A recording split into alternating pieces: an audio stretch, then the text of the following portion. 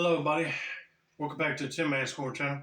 I'm your host, Jeffrey Tin Man Taylor, and today this is my third and final Chillin' Scares video I'll be reacting to for you guys. And it's 10 most disturbing text messages ever received. I know this video is going to be creepy, but anyway, I'm going to turn the lights off, move the camera up here for you guys, and let's get this reaction on the road and in the bag. Okay, here we go.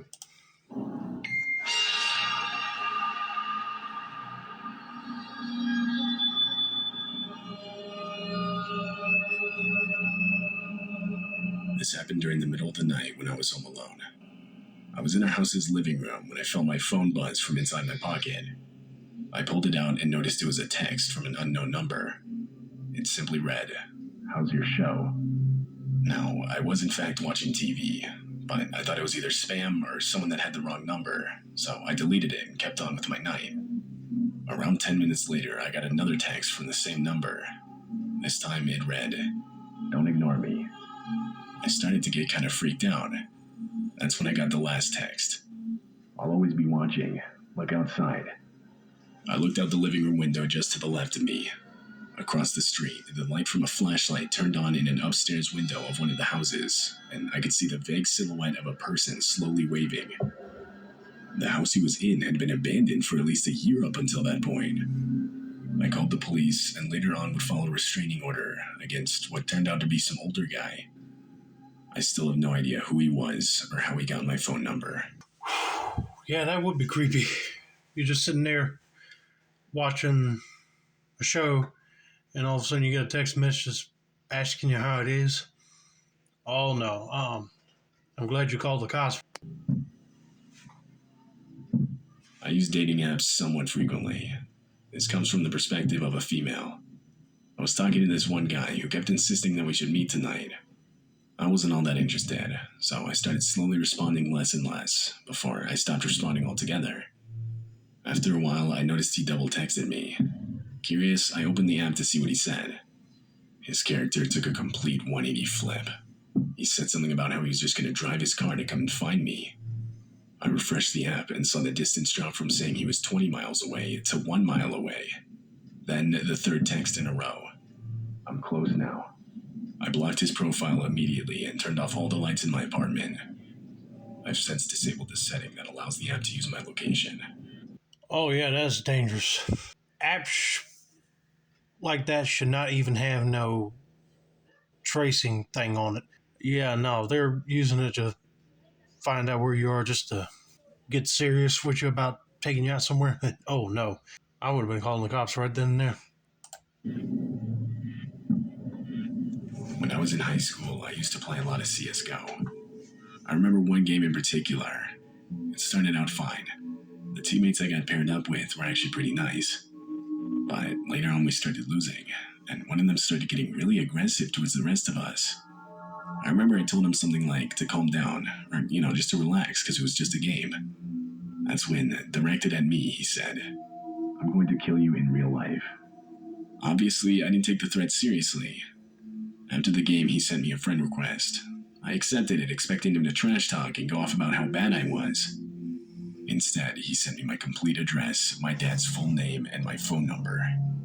I instantly blocked the account. I was beyond terrified, especially when you consider the fact that CSGO is only playable on Steam, and Steam doesn't make any of your actual personal details publicly available.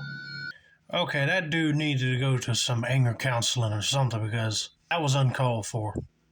Threatening to kill somebody, and then the fact that he sent you a friend request. Heck no, after he did that to me, I'm not accepting it. And then it'd be scary to receive a text message that he was able to get, like, my personal info. I mean, that would be creepy right there, and I'd be like sending all this information to the cops to find that boy and arrest him, problem solved. I was solo tent camping at a campground in the mountains. It was night and I was laying in my tent on my phone. Now, if you don't know, Apple has this thing known as AirDrop. It's basically something that allows iOS devices to send photos, videos, or files to other nearby iOS devices without needing Wi-Fi or cellular data. A notification showed up on my phone, covering the whole middle section of the screen. It was an AirDrop request. It read, iPhone would like to share a photo. Underneath that, it gave a smaller preview of the photo itself. The photo was dark, clearly taken at night. I turned my brightness to the max and could now make out a tent in the photo. And also a text overlaying it reading, "I watch you in your sleep." I couldn't tell if the tent was mine. I was going to press accept so I could see the entire picture and get a better look, but whoever sent it canceled the request before I could press it. I packed up my stuff in the dark and left that night. I was pretty shaken up over the whole experience. Hey, I would be shaken up too if somebody took a picture and sent it through that airdrop thing, whatever he was talking about. Because I'll be like that person right there, be like, nope, packing up, and I'm gone. But then again, I'll be trying to get the police involved to see if they can trace that person's airdrop account and see if they can find them and have them arrested for stalking.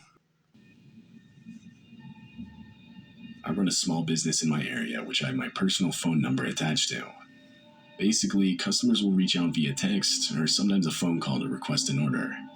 I'll then manually deliver the product to them at a predetermined meetup spot. One day, I got a text from a customer who I met up with about a week prior. I assumed it would just be a thank you or a review, as I often get those. I opened it, but oddly it just said, "I'd like your shirt." I remember specifically I was wearing a shirt with this Transformers logo on it at the time. The text was weird, and I didn't really know how to respond, so I just texted back thanks. Almost immediately after I sent it, I got another text, this time saying, "I like Transformers too." My heart dropped. I was sitting at home at the time. I immediately got up and moved away from the window that was right next to me. I replied saying I was willing to call the police. I told him I had his number and remembered exactly what his face looked like. Realistically, this wasn't true. I had too many customers in my phone to keep track of, but this still seemed to work, as I never got another text back from him. Well, that trick worked because he not only stopped messing with you, but he was afraid of going to jail.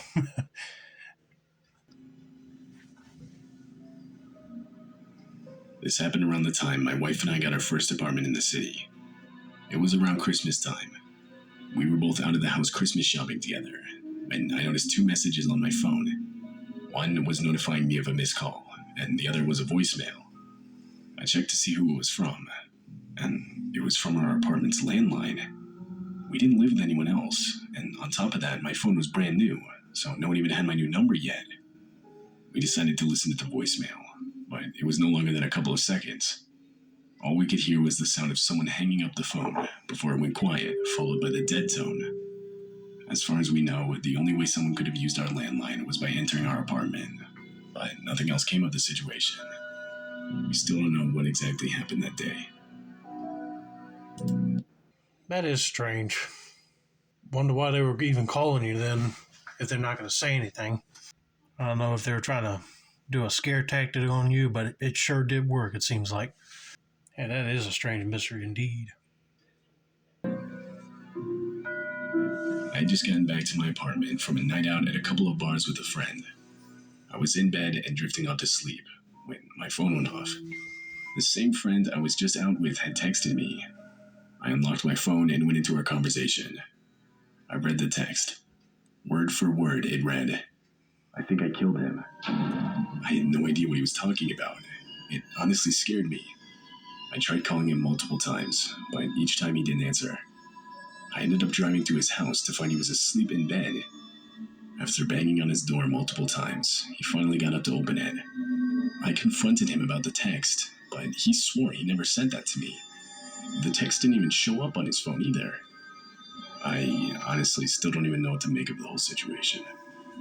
Maybe that guy got his phone hacked and somebody made a duplicate phone so they can like text out stuff and make it seem like it's him. Oh boy. I'll be getting a new phone and a new phone number right away.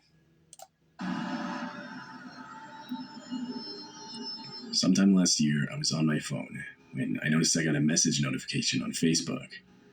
I opened it up, and it was probably some 20-year-old guy who said, "Are you my full legal name?" Now, no one really knows my full name, so I figured it had to be someone I knew. I opened his page and discovered he lived on the complete other side of the US. I checked for mutual friends, and we didn't even have one. And based on what he looked like, I was 99% sure I had never met the guy. I ended up responding with something like, yeah, do I know you? To this, he responded, I am going to murder you, with one of those smiley faces at the end. I don't typically scare easy, but this shook me to my core. I reported the conversation to Facebook through the reporting system, but who knows if that actually did anything. As far as I'm aware, I still have him blocked. Well, that's one way to prevent that guy from talking to you again, but now if he said he was going to murder you, I'd be like getting the cops involved with that. To see if they can get Facebook to help them track him. I was around 16 or 17 when this happened.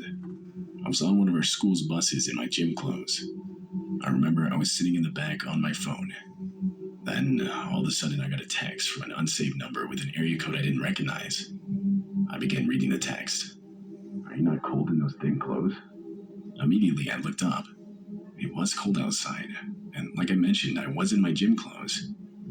I kept looking around, but as far as I could tell, no one was even looking in my direction.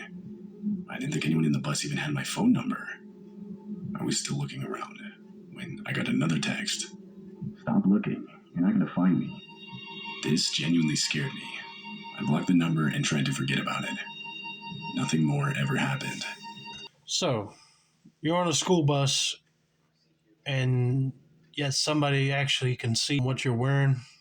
That is a puzzling thing to hear. It might be one of the other students on there playing a prank on him, but I don't see how that is a funny prank to pull on somebody. Or somebody snuck a camera on there. You never know what happened. But that is strange. I often get off of work late at night. This night was no different. I live close to where I work, so I just walk. I was doing just that when I got a text. Turn around. I'm at the end of the street. I had the number in my contacts. It was a kid I vaguely knew from school. I turned around and saw headlights at the end of the street growing closer. I was extremely creeped out. When he pulled up next to me, he insisted he give me a ride home, to which I sternly rejected. After much pleading, he eventually drove off. How he found out where I worked, and more importantly, when my shift ended that day, I never found out. That kid probably got a hold of somebody you know closely. Probably slipped the beans on where you worked at and everything. No, I wouldn't accept no ride from some person I barely know. But yeah, all these text message stories right here are really creepy. But anyway, that's going to be it for now. Don't forget to like, subscribe, turn on post notifications for more chill and scarce content like this. This has been another successful installment of the Tin Man's Corner channel. I'm your host, Jeffrey Tin Man Taylor, and I said that's a wrap, and have a nice day.